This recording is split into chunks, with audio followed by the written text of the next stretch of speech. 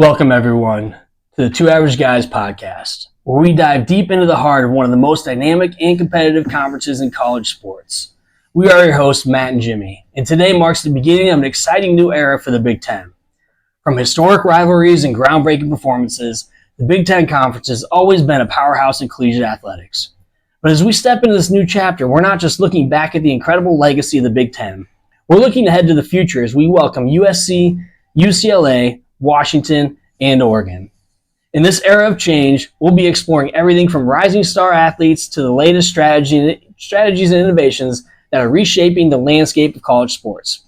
Whether it's football, baseball, hockey, or volleyball, or any of the other many sports that the Big Ten excels at, we've got it covered.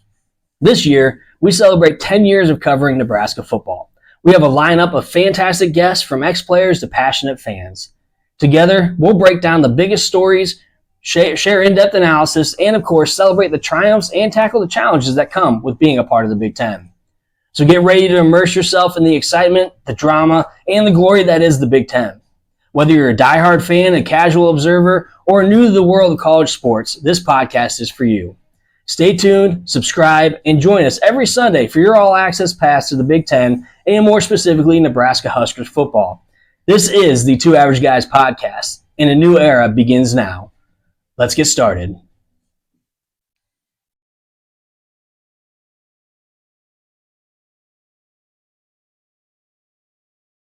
All right.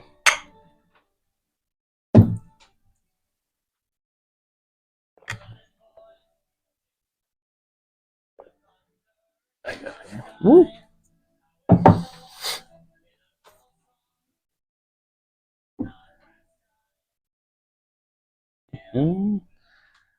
Welcome back, everybody. I'm Matt. I'm Jimmy. We are Two Average Guys. Cheers. Let's go. Good to be back. Sorry about the little blip in the beginning. We had we were hurting people's necks with the sideways camera, so we had to go ahead and back and fix it.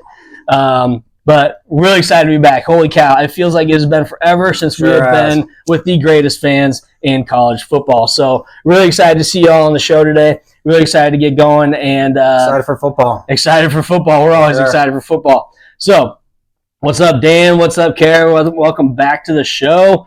We have an exciting schedule today, so we're going to do a little welcome here. We're going to talk about the Big Ten, some of our newcomers that are coming to the conference, as mentioned in that opening speech, with our West Coast friends. Talk about their coaches as well, kind of what they're bringing to the table. And then from there, we're going to move into our offensive depth chart. We're going to talk about defense. We're going to talk about our predictions for the season, which y'all know what I'm doing this year. What you always do. Yeah. What I always do, get a little drink that Roulade. For sure. And then we'll talk about a little bit, if we have time, the state of college football, our current rankings, and then we'll go from there. So, again, really, really excited to be back. It feels like it's been forever. We did a lot in the offseason. We did. Want to welcome any new fans that are joining us today, and also give a big shout out and a thank you to Backswing Brewing, who is continues to be our sponsor. So big shout out to them. Today we're drinking their red ale and their Bug Eater ale, which is perfect for Husker football. So might as well top it off, right? Top it off. And excited to be doing shows every other week at Backswing Brewing, live on 132nd and Maple around that 129th over by Eagle Run. Excited to be doing our shows there and welcome some It's a cool guests. place. It's a big tap room. Lots of stuff to drink. You can bring your own food in. Bring your own food. There's a lot of TVs. A lot of TVs. So we'll be doing our shows every other week there. So really excited. We'll be doing at least one live football game there as well. But we'll talk a little bit more about our schedule and our upcoming schedule here towards the end of the show. So again, welcome everybody. And also, before we do that, I do want to give a big congratulations to our buddy Jimmy. So Jimmy, for those of you who don't know, I don't think we talked about him much before, but Jimmy and his wife Mihaela, they had little twins, baby Rhett and baby Ruby. Yes, so I want to say congratulations to Jimmy and Mihaela's life changing forever. Yes, it has. It sure has. So Jimmy, what's it like being a new dad? It's great. I've been wanting a baby for a long time, and we got 2-for-1 special. 2-for-1. We don't know any different, I guess. So we keep saying, man, if it was one, we probably think it'd be just as hard, but it'd be a lot easier, we think. The other two. But no, they're great. Not a lot of sleep, but it's worth it.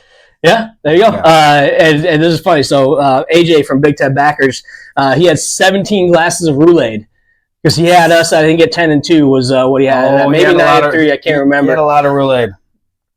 So that, I mean, I drink the Roulade every year, so we'll talk about that in a little bit. But before we do that, again, also thank you to the Killigans for allowing us to use the Cornhusker as part of our show as well, without having to do anything for them. So hopefully we get them on at some point as well. Talk about the Cornhusker. They're diehard fans here in the state of Nebraska. Great song, great video, everything. Absolutely. All right, so we're going to dive in real quick to our newcomers. So talking about the Big Ten and welcoming our new team. So we have. Do we want to welcome them? Yeah, not with like happiness. We want to welcome them by beating them, hopefully, as just not Nebraska, but as the Big Ten. Kind of the way that everybody else did to Nebraska when myself included thought we'd kind of come in and run the show in the Big Ten, and we didn't, and we haven't. So yeah, Oregon Oregon might need to pump the brakes a little bit. They're going to have a little tougher schedule every week. Week to week. And I think not just Oregon. I think as a whole, I think USC as well. Yeah, Lincoln Riley. Washington was in the Natty, but I know their coach left. Yeah, Oregon. A lot of potential for Oregon as well. Oregon thinks that they're going to come in and run the table. A lot of people actually think Oregon's going to come in and run the table as well. And they very easily could. I'm just saying, it'd be nice to have a few. I'm not. We'll probably look through their schedule here, but have a couple of. Cold road games that they're not quite used to. I think that's the biggest thing. So when we look at a team like Oregon, let's talk about Oregon for a second. Dan Lanning. So Dan Lanning is one of those coaches that I absolutely love because he has so much energy. The guy is just full of – he knows what he's got on his team. Yeah. He knows what he's got. He knows the talent. They also just continue to bring in talent. They're sponsored by Nike forever. Right. Like their NIL deals are probably through the roof. So they're going to continue to get whoever they want, really. And now that they're in the Big Ten, they will. Oh, yeah. So they're going to be tough. They're definitely going to be tough. They've always been good at recruiting West Coast. Just reading people's comments. I mean, that's what people are saying. Absolutely. If anybody's going to come in and do something, it's going to be Oregon, obviously. 100%. I just hope they get a little bit humbled. Yeah, and I don't even think – I don't know, humbled, maybe not the right word, because not only are they know what they have, but they back it up. They do. So they don't just talk a big game, they play a big game. And, they got beat by Washington twice last year. They did. It's tough to go on the road at night, not even at night, just in the cold. Big Ten, big boys up front. I mean, they have big boys on both sides, but getting banged around every week is going to be a little bit more than they were in the Pac-12, in my opinion. Yeah. The team out west, yes, Big Ten backers. So again, and I got nothing against Oregon. I actually, out of the teams coming in, they're the one team that is probably the scariest coming in to the Big Ten. Well, and I mean, I think he's a bit over the top, Dan Lanning, a little bit, but he backs it up, like you said. And the speech he gave before they whomped Colorado last year, yeah, when he said, I can't remember word for word what he said, but basically like. All right, their time's kind of up. Like they're kind of pretenders. And, it ends now, and we're not here for clicks. We're not here for clicks. That's what it was. There you go. So I feel like Oregon is one of those teams that's going to challenge every Big Ten team more than any other. So Oregon, probably the scariest team coming in. We're fighting for wins. They're fighting for clicks. Thank you, Big Ten backers. Well, we look at the USC. So a lot of people think USC is really scary coming into the Big Ten as well. Here's what you get with USC. You get Lincoln Riley, who is an offensive-minded coach. Everyone glorifies him for his QBs, the QBs that won the Heisman that he had for 1 year. He wasn't building up a 4-year starter or anything like that. He gets gifted Caleb Williams. He gets gifted Riley Moss. I don't know where he came from. I don't know if he came into USC to begin with, but that guy's extremely talented. But the problem with USC is their defense. They give up a lot of points. Right. So now your offense, who, let's be real, last year wasn't exactly stellar. They were, 8-4 last year. Offense wasn't stellar with the year before Heisman winning quarterback Caleb Williams. You struggled to win games. You got beat by Utah twice.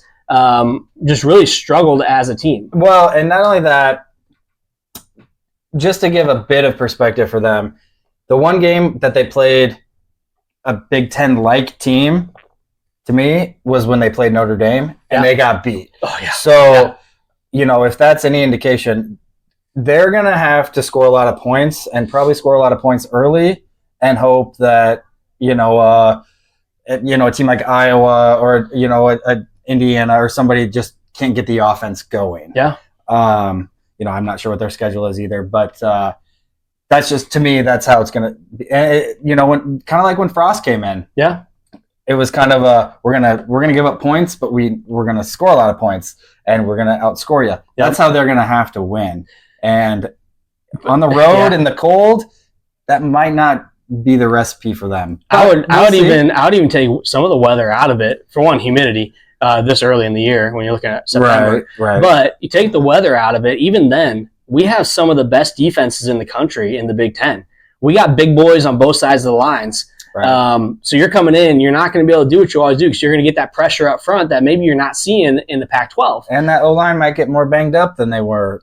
They don't always play for size in the Pac-12 because they haven't had to play for big size. They're looking for guys that can get to the defense that can get to the quarterback fast. Well, and let's be fair here. Pac-12 was actually pretty good last year. Yeah, they were one of the best conferences last year. Oregon State had it every year too. There's a potential that the transition might not be as drastic as we might be making out to be or other people might be. But I just playing the schedule. Yeah. Just like we were kind of blindsided, at least I was. I really thought coming into the Big Ten that Nebraska was going to just kind of, and we went to the Big Ten championship. We did. But it was a lot back in the day. But it was a lot tougher of a road than I thought, and it's been tough going. So absolutely. So USC again, a lot of people are hyping them up to be maybe a top 10 team, maybe even get in the playoff at the end of the year. I would push the brakes on them, but Oregon I would say absolutely has the best chance. Now we look at UCLA. No more Chip Kelly. They bring in Deshaun Foster. It's his first year as a head coach or a coordinator in college. And he never even coached high school. So this is his first time as a coach at a level outside of Pee Wee. So he obviously great, UCLA great running back at UCLA. For sure. I remember watching him play. Yeah, stud. So now we look at Deshaun Foster coming in with no experience as a head coach or coordinator. How do you think that's going to play out for a team like UCLA, who already is not exactly a powerhouse in football, but seems to always have some potential to do something good? Yeah, it's going to be real interesting. I think between them and Washington, I can't decide which one I think will be more interesting. Washington obviously went to the Natty last year. Mm-hmm. They're not going to be on that level. I mean, they're going to have some of the same returning players that played on that team, but I think a fair amount of those guys transferred. Yep. Penix went to the pros, whatever. Yep. So between UCLA, that's a big question mark for me. Yeah. I'd say, I've seen predictions for them at like 4-8. Yeah. But yeah, at least I was going to say that Big Ten backer. At least he knows where he is. He knows they're in LA. They are UCLA is in LA. He knows that he's in LA. Los Angeles. So which is really good. So that's great. His press conference, if you haven't seen it, really funny. I like Deshaun Foster. I think he brings a lot. Again, not having that experience, you never know what the guy's going to bring. Well, and that's why I said that they're kind of a question mark. Yeah. A bit of a wild card. I mean, could be. We play UCLA this year. We do. And so, we'll see how it goes before that for them. Yep. At this point, I predicted a dub in that game. Yeah. But we'll go over you never know. Bit, yeah, we haven't gotten there yet. So then we look at Washington. Washington brings in Jedd Fisch, so another new coach in the Big Ten. Takes over for DeBauer, who went to Alabama. Mm-hmm. So Jedd Fisch took Arizona to 10 wins last year. Yeah, and they were a good team. They were a good team. So he's come with experience. He's been coached for a long time. Yeah, and Arizona was good for the last couple of years. Kind of built that up a little bit. So it might take a minute. Yeah, he might even have a bit more talent depending on how many guys left and what type of recruiting he did. I could see them being pretty decent. Yeah, not going to the Natty, but yeah, I could see them being okay. And here's where Big Ten backers. We didn't talk about USC. Their first few games, they got LSU. They're at LSU. Yeah, exactly. Then they got Oregon, and then they got at Penn State. So that is those tough. Those first 3 games, they could be 0-3 to start UCLA. Thank you. So those are tough games. For sure. So we'll see. We'll see what happens. But I'm excited to see what Washington brings too. Again, they were a good team last year. They're fun to watch.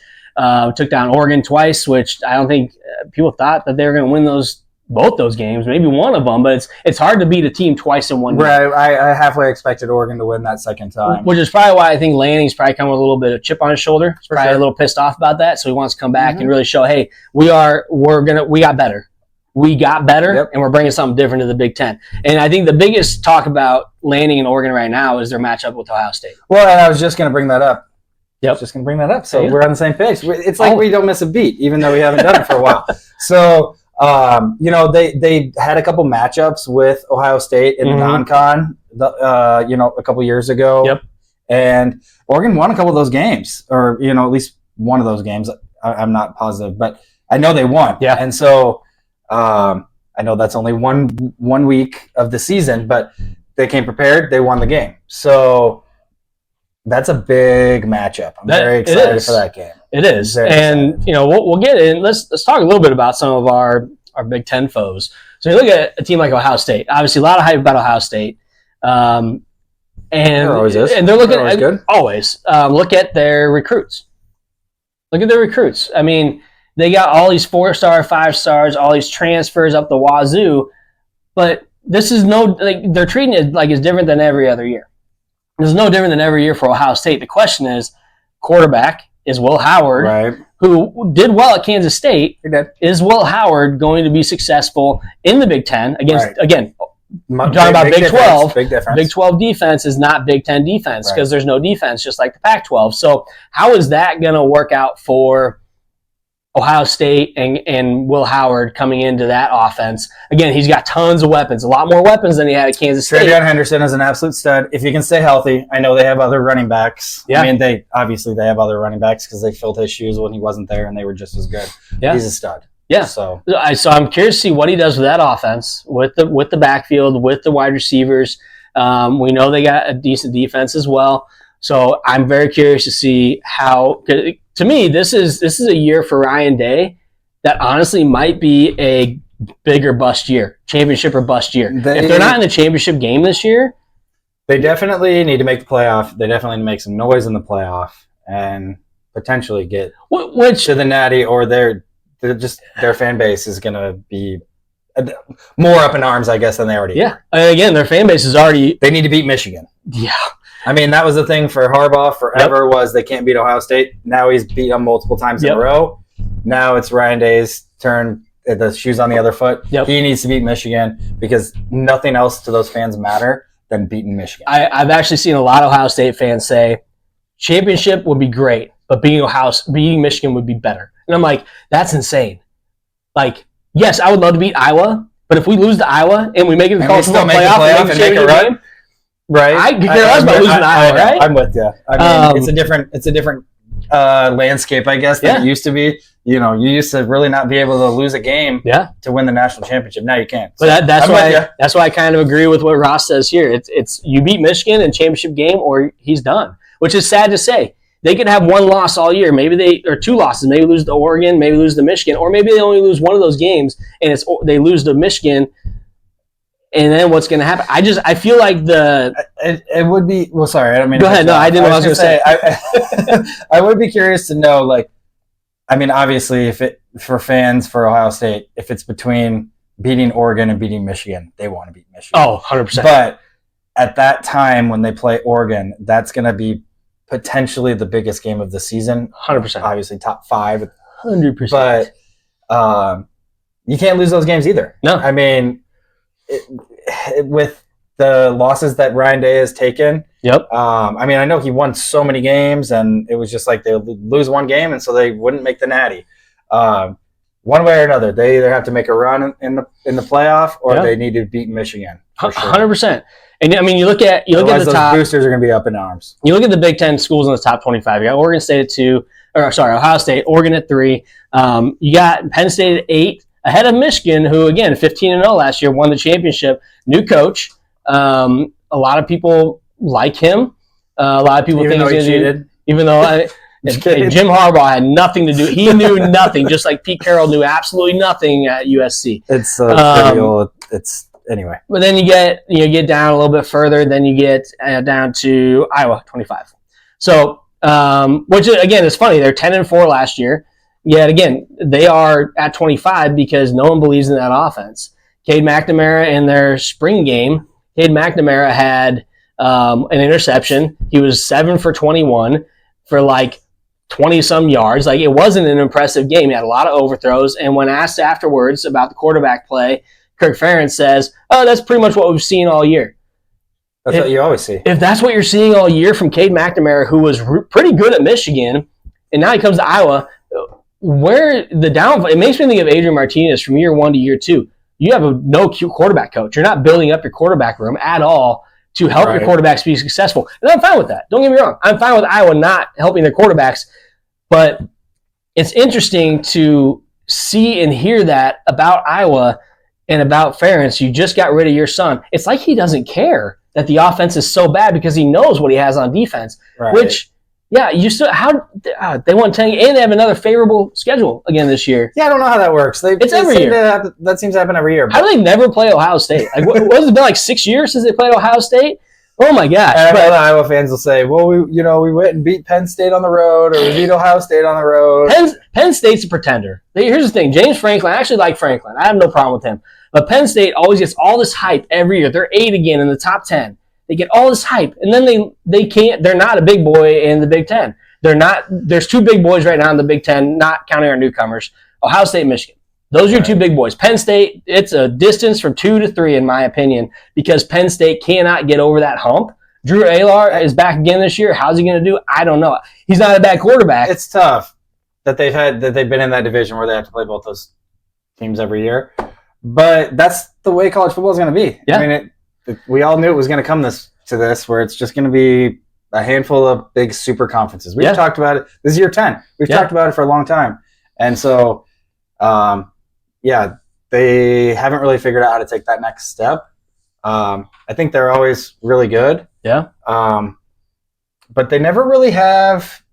I mean, I'm sure they have a lot of guys that go to the league and are really good, but it's not like a big standout quarterback or a big standout receiver or something. They just have a lot of really solid players, but they can't really ever seem to get over the hump. Yeah. And that's exactly what it is. So I'd be curious to see what Penn State does this year. Let's talk a little bit. We're going to get into the Husker schedule next and the Husker offense, defense, and schedule. But before we do that, I want to look at week 1 schedule for the Big Ten. So we got Howard playing at Rutgers. Rutgers is an interesting team. They are going to be, I mean, they're a decent team. They're going to be improved. Greg Schiano is Rutgers. I mean, 100%. He wasn't, he was okay at the Bucks. Tennessee didn't want him. That we know that. But I don't know. He just breathes. It's a Rutgers football. He's a Scarlet Knight. And they kind of build it up from, the ground up, and he's building something pretty decent. That's going to be a tough one on our schedule this year. So. Absolutely. Minnesota's got North Carolina coming to visit. That's on Thursday. I got an L for them. Both these games are on Thursday. I got an L in that game. I don't think Minnesota. I mean, no one's talking about Minnesota in the Big Ten. No, they really aren't. And if they play like they did against us on Thursday last year, then they are going to get beat. Oh yeah, I actually just think North Carolina is a better team. I just think they're a better team than Minnesota. Minnesota has not been a good team. Yeah, we can't seem to beat them because Nebraska hasn't been a good team. But Minnesota's PJ Fleck, I think this might be his last year. They're not a good team. They had a 10-win year. They had a decent year. Yeah, they got big boys up front. I mean, they have decent recruiting, but they haven't really been able to put like a really, really back to back at least like a run of success. He's all talk. He's got a lot of wisdom to share, and I think people like him because of that. The row the boat crap, like. I don't even care about the history of row the boat. I think it's stupid. I don't think it's a mantra now. Matt doesn't like him very much. I don't like, and neither do I. Penis head Fleck. Wow, there you go. Yeah, hey, everyone thinks that. I just say it. We got Eastern Illinois going to Illinois. Illinois is kind of a question mark too. I don't really know what's going to happen with Illinois this year. A lot of people think that's a toss-up game for Nebraska. It was a tough game last year. It was. I mean, we won, but. We lost. Every game was a tough game last year. Every game was a tough game. So, yeah, I can never count anybody out. But, no, that's the thing. Yeah, I'm not sure how they're going to be. Yeah. The Big Ten West foes that we had prior. I don't know. They're going to be interesting games. I feel like Illinois has a lot of speed on offense, but their defense is where they kind of crumble. They don't always have a very solid defense, although it's not terrible. Got it. Good. I'm glad. I just don't think they're quite to that next level yet to win more Big Ten games. Let's say it that way. And I'm not really sure what their schedule looks like. Michigan State, again, the Spartans. I don't know. I just, again, kind of a toss-up with Michigan State. Probably going to be somewhere low, mid pack of the Big Ten. That's where I kind of always see They were them. last year, and they beat us. So Minnesota fell off the boat. they have fallen off the boat, Ross. So Michigan State, again, I haven't paid too much attention to them. Wisconsin's got Western Michigan coming in. Wisconsin, I don't know. Like Luke Fickell. Just see how Luke Fickell's second season goes. They weren't as good as people thought they would be last year. I know they beat us in overtime. We haven't beat them in 8 years, 9 years, whatever it is. Gosh, it might even be longer than that. No, it's 8 or 9 years. Yeah, Luke Fickell's second year. I mean, a lot of people are probably saying the same thing about Rule. Yeah. I mean, not quite as good of a first season as they thought that they would have. Yeah. But yeah, we'll see, because Wisconsin's had our number for a long time. Mm-hmm. Yep. So we'll talk about that matchup here shortly. This is an intriguing one to me.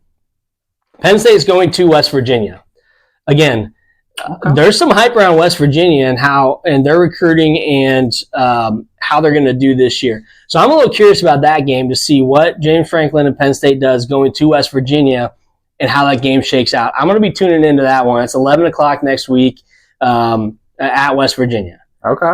I'm curious about that one. West Virginia is always one of those teams that's kind of sneaky, and you kind of never really know what you're going to get with them. So, I'm curious to see what they do going to West Virginia. But if they struggle in that first game against West Virginia, again, it's game one. So, do we really need to overreact to our first game and say, "Holy cow!" Like, It's kind of sneaky. Whoa! Sorry about that. goodness. Don't do it. Like, oh my gosh, they only won by, a short amount. They won by 3. They won by 7. Like, I know that Penn State's had a few tough ones. I think they played like Appalachian State the first week. I think that was the first year of Frost. okay. And it went to like overtime, double overtime, or something like that. So yeah, early road game. Yeah. I mean, it's not a night game; it's early. Yeah. But going to Morgantown, I mean, that's not going to be it's not going to be an easy game for them. Yeah. I I like that matchup. Indiana State at Purdue. Again, Purdue it's Purdue. I mean, again, when it comes to Nebraska playing Purdue, I feel like we should always beat them. But I feel like we always allow their quarterbacks to play like Heisman candidates. I know, like we do most teams. It is pretty But I don't really know much about Purdue. But we'll see how Purdue does. We got Illinois State. We know about all about Illinois and Illinois State. Illinois State going to Iowa.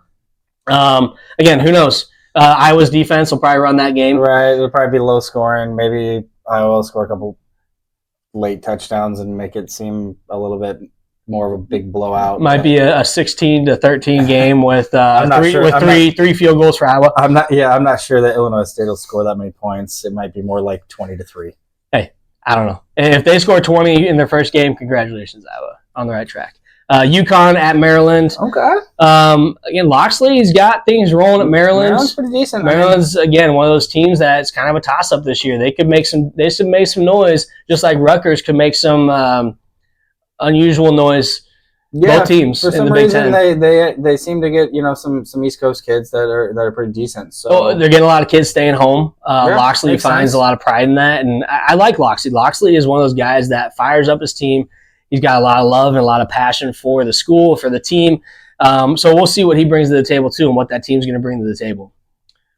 Indiana, they just got the coach from James Madison, who's had a lot of success. So yeah. I think it's probably, again, we're probably not looking at this year, but Indiana, again, usually a basketball school, not so much in the last few years, Right. but the Hoosiers, we'll see what they do with the new coach. Again, he's going to bring in some recruits. You know how to recruit James Madison. Maybe they'll be decent. Maybe it might take a few years. Might take a couple of years or at least a year, but I'm kind of excited to see how they are. 'Cause Yeah. That's our first road game. It is. And so we'll get to that. Akron, Ohio State. Again, Ohio State's probably going to put up, 63 they're going to have to third 7. stringers in there at halftime probably.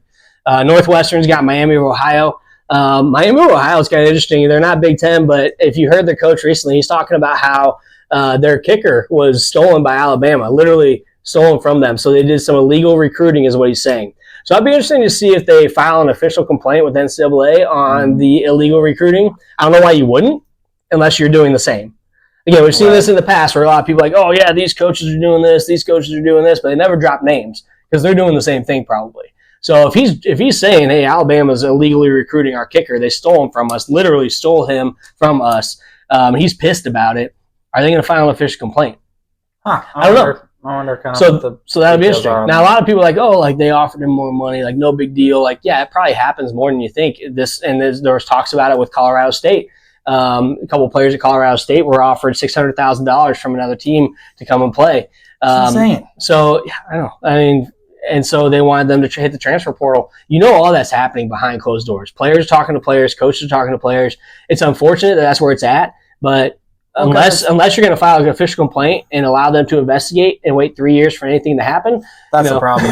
Because I mean, for the longest time, obviously they were just giving McDonald's bags full of cash, so now it's just it's even a step further where they're just stealing players. Exactly. So I mean, and again, I had to assume that was going to happen. And again, look at this whole thing with Stallions in Michigan. Now they're like, oh, we're going to hand down these sanctions to Michigan. Jim Harbaugh's gone. He left. It doesn't matter. He don't care. He said he never lied. I don't even care about it. Listen, there's scouting going on across the way they did it, the way that happened, whatever. I really don't care. I don't. But the NCAA is a joke because if they do any investigation, you're going to wait at least a year for anything to happen or the following football season. So it doesn't impact the current team on the field. And I know I was talking to someone about this, and the vacated wins or the stripped Heismans or the stripped national championships, which in my mind you should never do that. They really don't mean anything because you can't take away that feeling from the moment when it happens. Yeah. As fans, as players, coaches, sure, you can say you don't get that natty. So it's, you've won 6 instead of 7, whatever. But you can't take away that feeling. Well, no, and I think it's dumb too because even if something illegal happened, they're still winning the games on the field. So how can you say, like, hey, you recruited this one player illegally and he accounted for 3 wins? Like, you can't really equate that to wins, losses. So to take away wins, to take away a Heisman, to take away, like, to me that means nothing because that player still did what they did on the field. Right. The team and they would have either way. Exactly. Whether you gave them a bag full of cash or not. Exactly. I agree. But Northwestern, again, a new field. They got Miami of Ohio. Miami of Ohio has been a pretty decent team. We all know what they've been able to do the last few years. So I'm curious to see what they do and how they play up against Northwestern. Again, Northwestern. They were not a bad team for a new coach last year. So who now is officially not interim but officially head coach. Right. So we got UTEP. We'll talk about that. Our team in a little bit. We got Idaho at Oregon, Fresno State at Michigan, and then UCLA is playing at Hawaii for their first game. Interesting. Yeah, a little interesting road trip to Hawaii. So it's gonna be a late one. You kind of never know. Cool. No, it's 6:30 Central Time. Oh, 6:30. I thought it was 8:30. You kind of never really know going to Hawaii what you're going to get. So see what happens there. And then we got Washington playing Weber State at Washington. So that's your first week matchup. But again, 9-1. We're looking at was that a Monday night game? No, yeah, that's still week in 1, Vegas. Yeah. In Vegas, you got USC and LSU in week 1.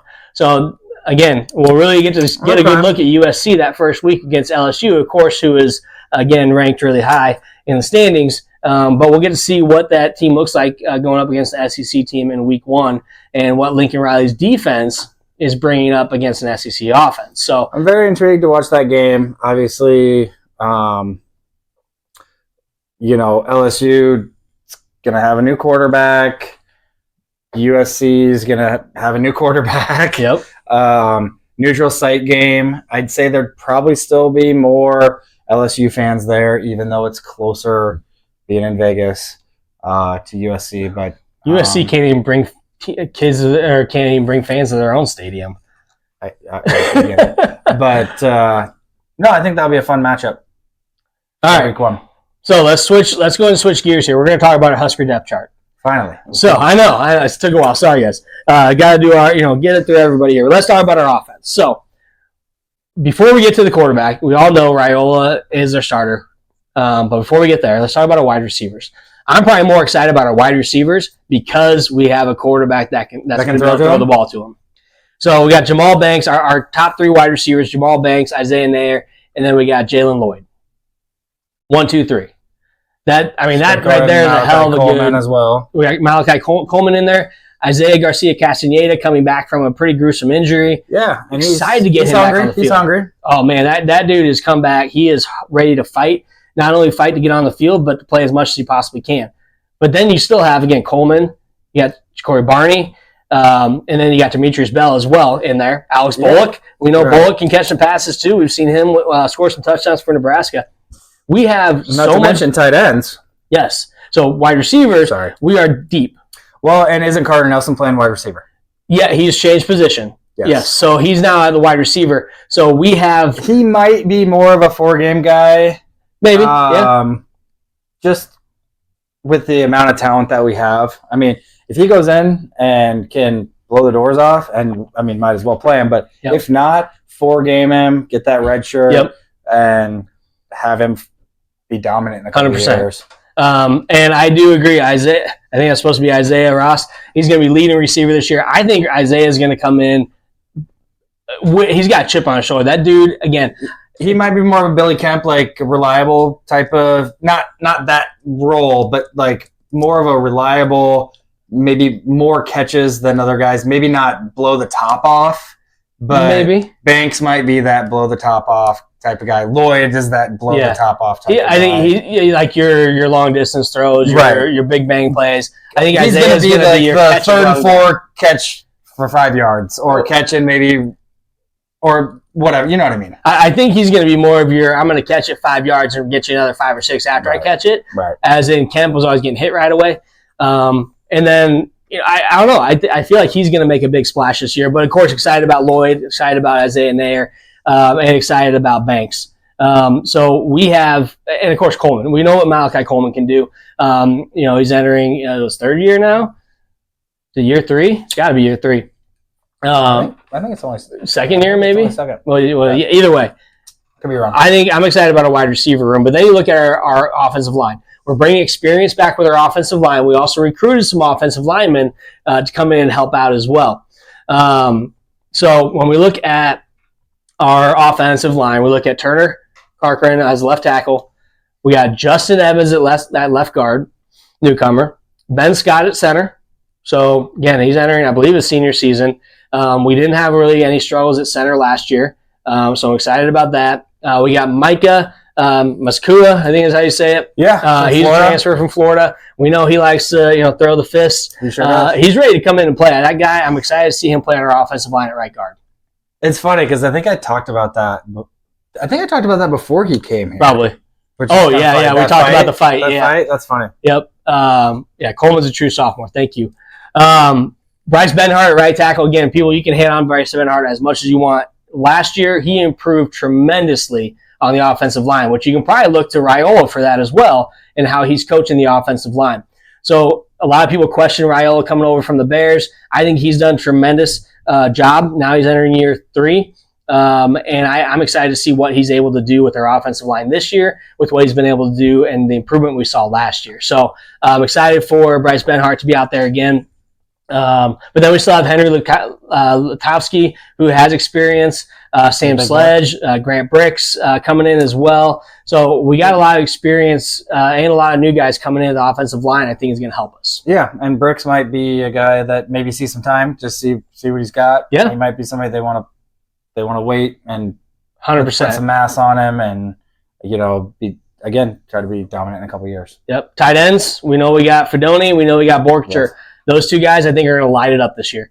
If we are smart on offense and we play a smart game, we're going to use our tight ends a lot more than, as much as we always talk about that we should use them. There's a lot of times I feel like I love the tight end. It's such an easy, safe bet to throw to a tight end when you have 3rd and 2, 3rd and 3. Get a short little 4 or 5 yard route and throw it to your tight end. It's not a hard thing to do. We don't do it enough. And we always seem to have tight ends that are willing to go in there and get in the dirty spots and make those catches. And they're pretty good. We've had a lot of good tight ends. Yeah, we just don't. Honestly, we could be tight end you over like your Iowa if we actually use our tight ends the way we should. Right. So, again, I'm going to leave it there because I feel like we have, with Fidoni coming back and Borgenshire coming back, we have two guys that can make catches, especially those short yardage plays down in the red zone. Let's make it happen. Let's get them involved in the offense, and let's really pound it when we're down there. So, absolutely. Dylan Riley, quarterback, we knew that was going to happen. For sure. Not just because we paid him a lot of money, to come here, but because, again, I believe he's the most talented quarterback. He's a 5-star quarterback. I feel like, don't beat me up over this, I feel like he is the next Adrian Martinez, but a better passer and maybe not as good of a runner. Okay, fair enough. As far as his potential and his upside.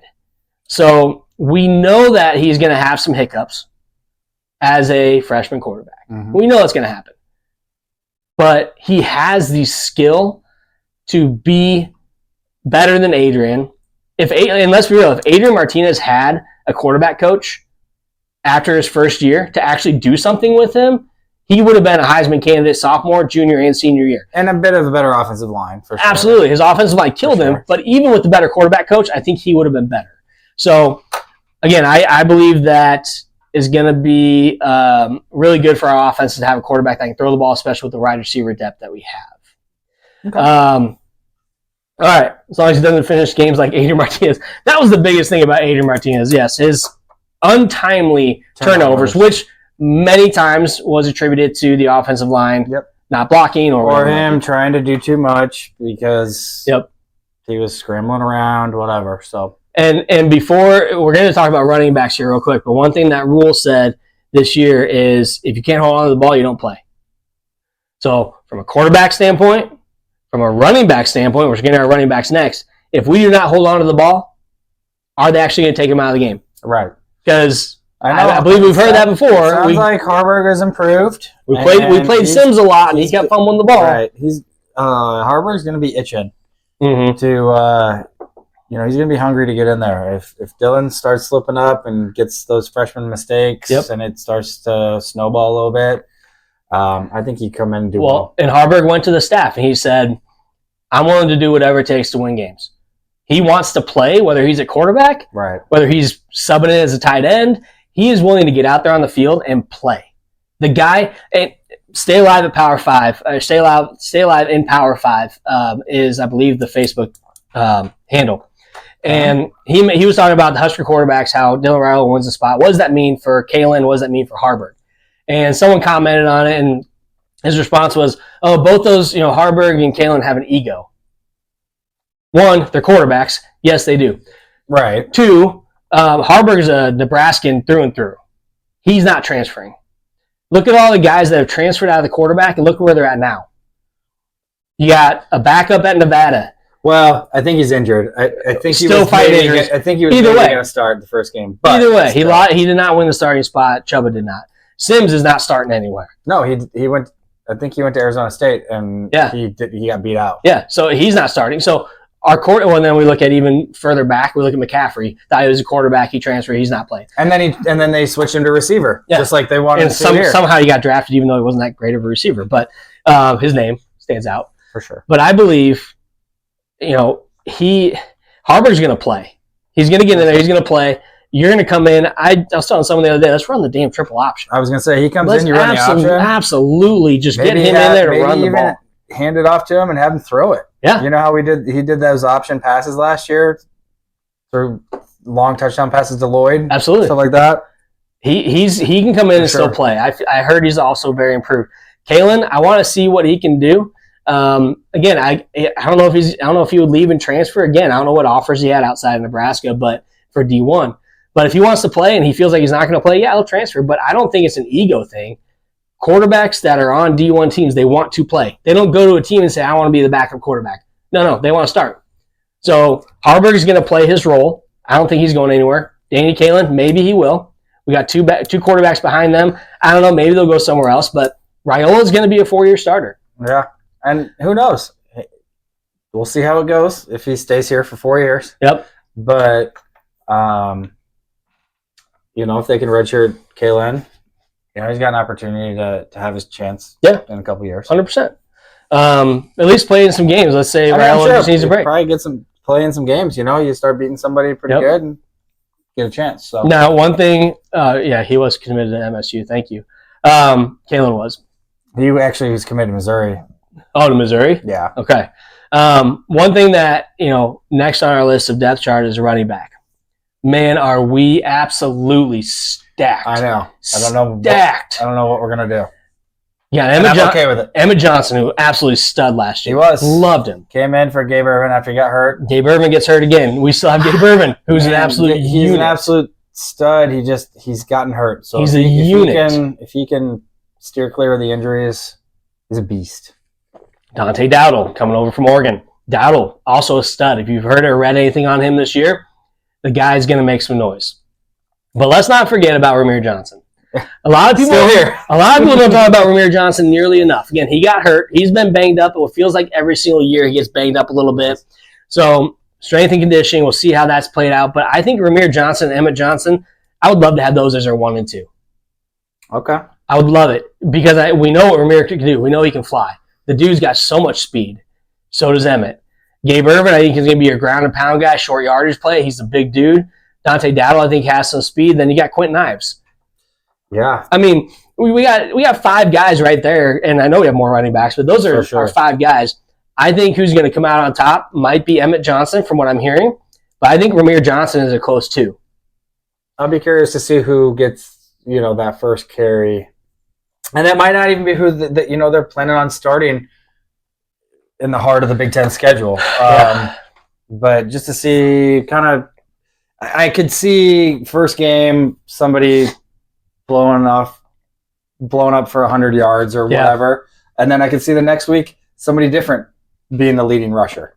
So, I could see it going week to week, different leading rushers. I think it's going to be a committee until we get to Big Ten play. Right. And hopefully, which I think Rule wants is, and I feel like we've said this for a few years, because we've had such good running backs, but no one is taking it like, this is mine. I want. We haven't had a solidified. They all obviously want the number 1 role, but no one's really sent themselves over the top for that. Yeah, I really hope that happens with somebody. I think the last person to do it was probably Gabe Ervin, and then he got hurt. Now, maybe, but even before that, our solid, solidified number 1 and number 2, or number 1 running backs were Rex Burkhead and Abdullah. Those are the last 2 guys we had. Maurice Washington was probably, but he got hurt too. He got hurt too. So. But guys that are in there that play an entire season as our number 1, you're looking at Burkhead and Abdullah. For sure. Those are the last guys. I would love, and yes, we have talked about it for a long time. I would love to have a guy that doesn't get hurt, that holds onto the ball, get 1,000 yards per year, but we have to have a number 1 guy to do that. You have to have hey, he is our number 1. Like Ross said, the bigger question is, will we have a 1,000-yard rusher? And Matthew, what kills me is if we don't have a true number 1 by now, maybe that's not a bad thing, but we better find out in the first few games who our number 1 guy is. Because if we are truly running back committee until we find a number 1, to me that means in practice we're not seeing a guy coming out there and really taking charge to be that number 1. Or they're all just that good. And sometimes it is hard to do that in practice. And you kind of have to, some guys thrive in the game. Yeah. And our running backs have not been healthy the last few. Like, why are running backs always getting hurt? So hopefully we got. Fortunately, we've had depth. Yeah. And so we've had a guy like Emmett Johnson come in and play really well because other guys have gotten hurt. Yeah, I'm excited. Really excited to see what our running back room can do. More excited probably than Dylan Raiola, to be honest.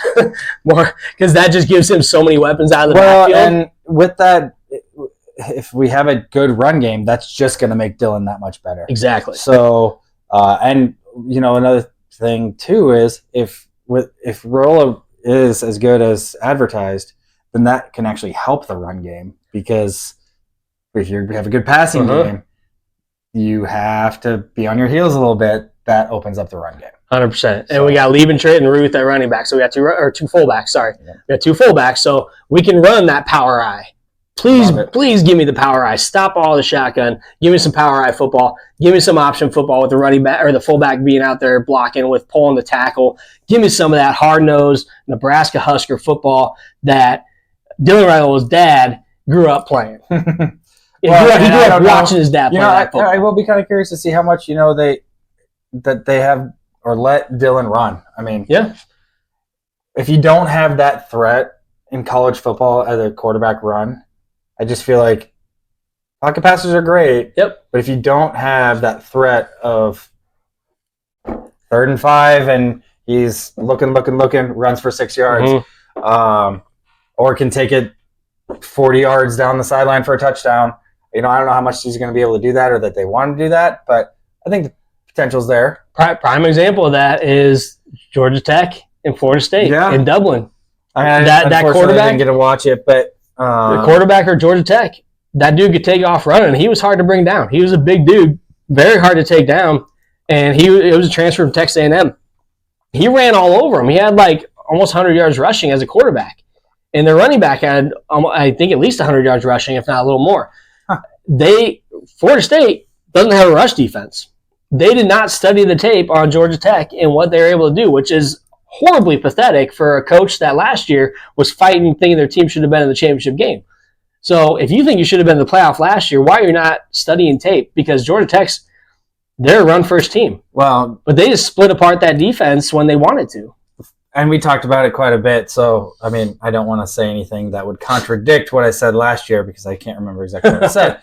But I was on Florida State's side there thinking that they should have been in the playoff. So was I. But since they didn't make the playoff, they haven't showed up in their last 2 games. Yeah. And I know bowl games are different. Guys sit out, whatever, but they haven't showed up. They get DJ, blah, blah, blah, and he comes over there and he can't throw. He looked horrible. He couldn't throw more than 10 yards downfield. Every time he had a receiver after 10 yards, he was overthrowing. He was great at Clemson his freshman year. Yeah. And then now he's on his 3rd team, and he did not look that good. So, all right, we got defense to talk about. Jamari Butler, defensive end. I was going to say, the defense is really where Elijah Judy, defensive end, second. Absolutely, Jamari Butler is one of my favorite guys. I love him at defensive end. Excited to see what he does again this year after what he did last year. Again, Elijah Judy as number 2 is also great. Like, we have guys that can come. Our number 2, in most cases, is just as good as our number 1. The 2 deep is very solid on the B. Yes, and even at some point, 3 deep. So we even get down to like our linebackers, our 3 deep. Unfortunately, we don't have Buddha, Javin Wright out for the season with an injury, but we got Willis McGahee, who is itching to come in there at that middle linebacker position. You got Nash, of course. We got Polar Bear and Ty Robinson. We have Riley Papa, another 2 freshman guy. Cam Lenhart was a stud last year. Defensive tackle, we got Ty Robinson, Cam Lenhart, and James Williams. How is that our 1, 2, 3 at one position? Those dudes are going to be playing defensive end. Lenhart and Williams, they're going to sub in as much as they possibly can. Oh, for sure. Those dudes are studs. I am excited for Lenhart. I'm excited for Williams. Those 2 guys are going to make a lot of noise this year. But then we got even Vincent Shavers has been making a lot of noise this year in the offseason. So he's the name to look for. Tommy Hill. They're talking about Tommy Hill being a first-round draft pick already. They're talking like a second-round draft pick, yeah. First round. Really? First round. They're talking about him going first round. Okay. Talking about the Niners, because the Niners have a couple guys that are going to be potentially leaving with their free agency contracts, whatever.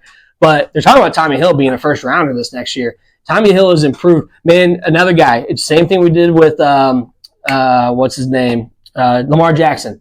We talked so much crap on that dude as a defensive back. And then he comes out the next year and bam. There's a lot of hype, a lot of potential, and he just hadn't showed it. And then he was really good. Then he was really good. We did the same thing with Tommy Hill. Offensively, he was not a good wide receiver. No. He struggled. Defensively, he switches over. He struggled for a little while, but then he really picked it up. He was really good at the last few games of the season last year. Absolutely. And he had like 4 or 5 picks last year. He had some tackles for a loss, pass breakups. The guy was really good in the backfield for our defense. So I'm excited to see what Tommy Hill brings again this year. Again, I think he's going to be one of the top corners in the country, if I'm being honest. I think he's going to show out this year and really show, hey, I'm a first-round draft pick. Deshaun Singleton was an absolute stud last year before he got hurt. Yep.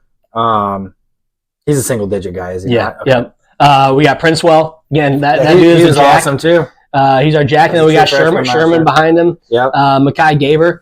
Yeah, that dude, Gebayer, sorry, he was a stud last year. Kind of came out of nowhere when he played. Oh, that's right. I forgot about him. Yeah, they absolute had so stud. many guys that could come in. I'd be like, man, I don't know who that guy was, but he's looking pretty solid. He's Absolutely. having a good week. We got Kobe Bretz as a safety as well, behind Deshaun Singleton. You got Malcolm Hartzog. Hartzog's a single-digit guy. We know what he can do. He's great. I mean, and I even think Benning is going to play. You think Caleb's going to play? I think he'll see some time. That'd be great. Maybe he's a 4-gamer, so they can redshirt him. But I think he's itching, and I think he'll see the field. Absolutely, Marquise Buford again, and then Isaac Gifford. He's a single-digit guy. Again, I mean, we got single-digit guys. 9 of our 10 guys that are single digits are on defense. Which, again, that's not a bad thing. That's not a bad thing. So super excited about our defense, as we all should be this year. We know what we had last year. We know what we can do this upcoming year. So I do think we have enough people on defense. A lot of people worried about the defense again coming this year. I think we're going to have a top 10 defense again. Yeah. And when it comes to your Wisconsins, your Iowas, we have to match their defense, which I think we do. We have the depth for it anyway. And I think we have the talent, but we have to be better offense for both teams. We got big boys up front that can make a difference. I think winning the trenches. Offense even if the offense can just be a little bit better, hold on to the ball a little bit more, which, gosh, it seems like we've said that for 10 years. We led the nation. We have said it for 10 years. We led the nation in turnovers again last year. It's like 3 of the last 5 years. That will help our defense be that much better. Yes. Because our defense was that good last year. They were just on the field all the time. Yeah. And they were still like a top 10 defense last year. I know. They were like top 25 in most, or top 30 or whatever in most statistical categories. Yes. Depending on what your statistics are, what you're looking at. But yeah, summer. I feel like we still have one of the best defenses. So I'm excited to see what we can do. We hold on to the ball in the offense like we didn't do last year. If we hold on to the ball last year, we probably win 8 games, maybe 9. Yeah. Which has been the story for the last 8 out of the 10 years we've been doing this. And to be fair, and I'll be a little critical. It's hard to, first year coach, but if we would have played Harburg a little earlier, if we would have played Chubba a little earlier, we would have won 6 games last year. Yep. So I kind of hope they learn from that. I think with Dylan, it is kind of tough. I mean, he's an NIL guy. I mean, he's a prized guy. I think it's going to be quite a bit of a different story than the Jeff Sims coming in. He's still a 5-star quarterback, but he still has never played a down of college football yet. So, but how many? And I've had this argument with people. How many 5-star quarterbacks do you see come in as freshmen and excel? A lot. Right. If we are doing the right things as coaches to prepare him in the right spots, watch film. Don't have him just going out and trying to throw a 60-yard touchdown pass. Get him in a groove. We have deep guys. Get his feet wet. Because that Colorado game is going to be a big time game. Yes. Second week of the year. I mean, obviously, under the lights, expecting us to win the first game. That's going to be for a true freshman quarterback. That's going to be a lot of hype. Yep. That game is going to have a lot of eyes. There's going to be a lot of recruits there. That's going to be a big stage for him. Huge. So huge. He might be a little nervous early on. He might make a few mistakes early on. Honestly, that might be his biggest game of the year. Yeah. As far as the freshman hype, freshman at home, nerves. Night game. It's going to be pretty lit, man. Yeah. It's going to be exciting. So that's going to be a lot on his shoulders. So we're going to have to see how he does. I'm excited. We only have a couple minutes left. We're going to go over. We haven't gone over our schedule yet. We got to do it. All right. So UTEP. Dub. Colorado. Dub. I think we, at home, I think Raiola excels. I think our defense excels. I think Shedeur takes some more sacks from our defense, 5 or 6 that game at least. We dominate the line. We dominate the line of scrimmage in that game to win. Northern Iowa, dub. Illinois, dub. We're 4-0, guys. We're going away to Purdue. Okay, I was thinking Indiana was our first game. So we all make mistakes. 11 a.m. game. Gosh, it could be a little tricky. I think it's a dub. Okay. We do this. Walters. We do this. We got Walters. Yep. Walters coach. I think he is still kind of getting his feet wet at Purdue. Rutgers is going to be a tough one. I think between the Rutgers and then the Indiana on the road, I think we lose one of those games. I can't tell you which one. Okay, so Jimmy thinks we're 6-1 after 7 games. I think we're 6-1. I'm doing it, guys. 7-0. Okay. We're 7-0 after the first 7. I think it's very doable. It's definitely doable. I just think we're 6-1. I think a couple of those games, I don't disagree that could happen. I'm hopeful as usual, 7-0. It could just be a look ahead to Ohio State, road game at Indiana. They might be a little better. Anyway. Now, going to Ohio State. Now, at the Shoe. Now, do we have the opportunity to beat Ohio State? Absolutely. We've played them tight before. We've had really good games against them at home, away. We've surprised them before when we were a horrible team. We lost to them by 5 with Adrian Martinez. We've had some good games against Ohio State. On the road with Ohio State's roster. How are we doing this year, Jim? It's an L. And I'm sorry to say that because you hyped it up so good. No hesitation. He originally committed to Ohio State. That is going to probably fuel their fire a little bit that Royal had committed there. Yep.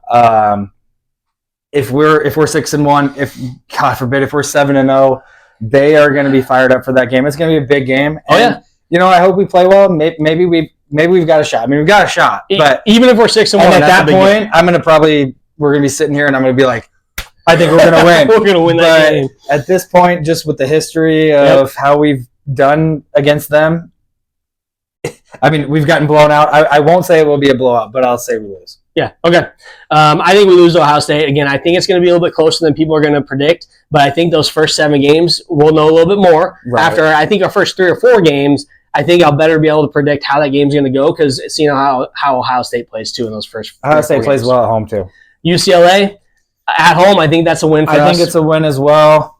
So 6-2 or 7-1 is where we're sitting right now with 3 games left in the year. Sorry, that would be, I got that right. USC, at USC. At USC is a tough one for me. I'd say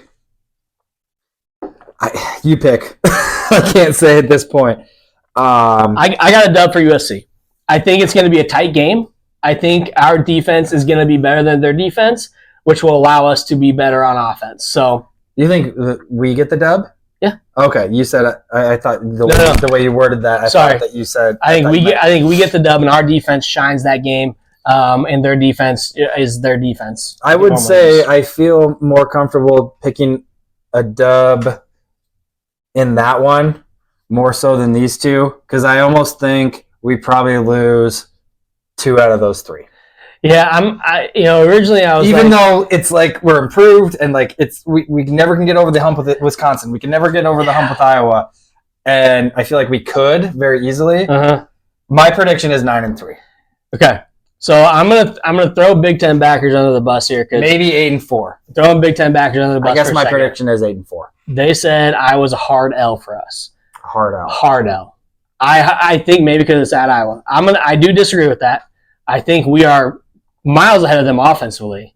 Defensively, they may be a little bit better. Yes, they have some returning guys that are preseason All-Americans, yada yada yada, All-Americans last year, whatever. We had guys that I think should have been on the list for All-American that aren't. Which it is what it is. When you're a team that doesn't win games, you're not going to get on those lists. It's hard to do so. But our defense, when a team wins 10 games, they have All-American. We don't have Isaac Gifford. We don't have Tommy Hill on those lists. Like they should have been on the list last year at the end of the season. Singleton could have, but he got hurt. So I don't pay attention to much to those lists. I do think we match up really well defensively, but I do think our defense is going to be able to destroy their offense because they don't have a lot of offensive weapons. You can say they got guys coming back. Well, I don't even know what their offense looks like because their offense was crappy last year. Right. So who knows what Iowa's offense is going to look like. It's probably not going to be very good. But I think, again, toss-up between Iowa and Wisconsin, between those 2 games. I think we win one of those 2. I'm not going to say 10-2, though. I know I kind of predicted that. But, again, I do think we're probably going to be I think 8-4 is low for us, with 10-2 being our ceiling. Okay. So it's going to be 8-win or 10-win season. That's kind of where I'm at, too, and I know that's kind of a weak prediction, but my prediction is that we lose one of the 2 Rutgers-Indiana games. Yep. And then 2 out of Ohio State, and then 2 out of the 3 between USC, Wisconsin, and Iowa. Yeah. So back Chase, half of that schedule is tough. So Chase thinks bowl game. We got to stay away from injuries. And that's something that we didn't really talk about, too. Royal goes down. That can change my perception very quickly. Injuries, turnovers, those 2 things. And just seeing how Harburg has improved. Maybe he's improved enough that Royal gets hurt and we can still win 8 games. So absolutely. So go to your local high school, watch JV. That's Iowa's offense. I love it, Casey. Welcome back. All right, so we'll wrap things up here. Sorry, that's kind of a quick end of the show for Husker football.